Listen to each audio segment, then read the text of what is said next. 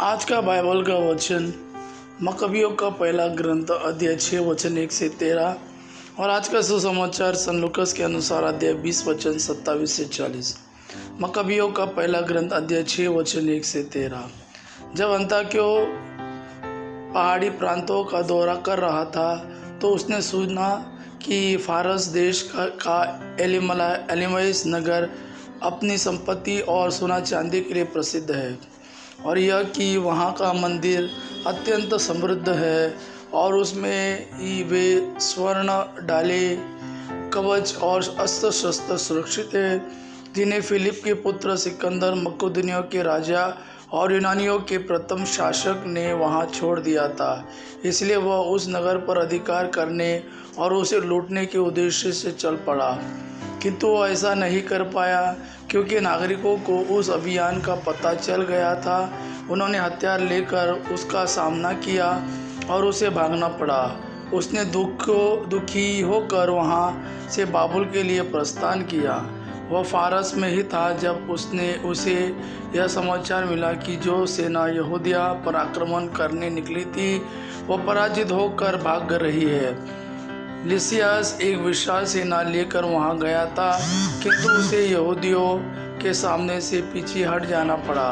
अब यहूदी अपने अस्त्रों और अपने सैनिकों की संख्या और पराजित सेनाओं की लूट के कारण शक्तिशाली बन गए थे।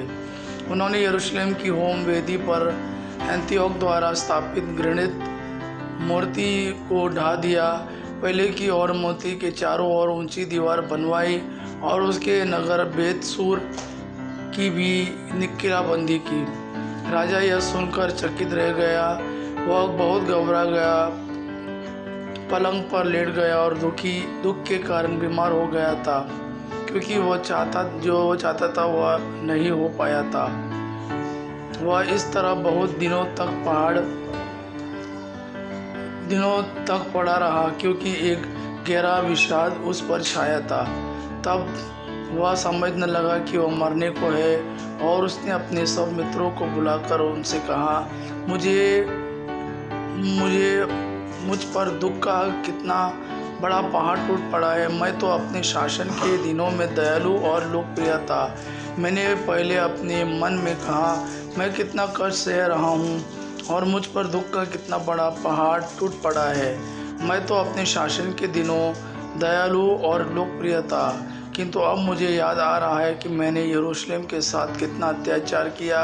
मैं वहाँ के चांदी और सोने के पात्र चुरा ले गया और मैंने अकारण यूदा के निवासियों को मारने का आदेश दिया।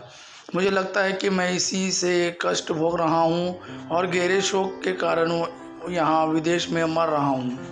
आज का सुसमाचार सन लूकस के अनुसार अध्याय 20 वचन 27 से 40। इसके बाद सदूकी उनके पास आए। उनकी धारणा है कि मृतकों का पुनरुत्थान नहीं होता।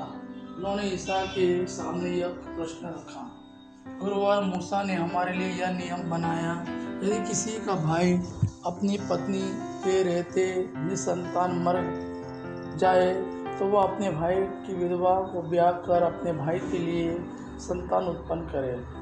7 भाई थे, पहले ने विवाह किया और वह निसंतान मर गया।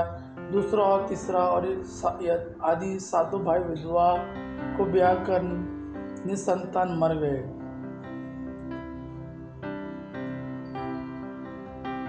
अंत में वह स्त्री भी मर गई। अब पुनरुत्थान में वह किसकी पत्नी होगी? वह तो 7 की पत्नी रह चुकी है। ईसा ने उनसे कहा, इस लोक में पुरुष विवाह करते और स्त्री और विवाह में दी जाती है, परंतु जो परलोक तथा मृतकों के पुनरुत्थान के योग्य पाए जाते हैं, उन लोगों में न तो पुरुष विवाह करते और न स्त्रियां विवाह में दी जाती है। वे फिर कभी नहीं मरते, वे तो स्वर्गदूत के सदृश होते हैं और पुनरुत्थान की संतति होने के कारण वे ईश्वर की संतति बन जाते हैं।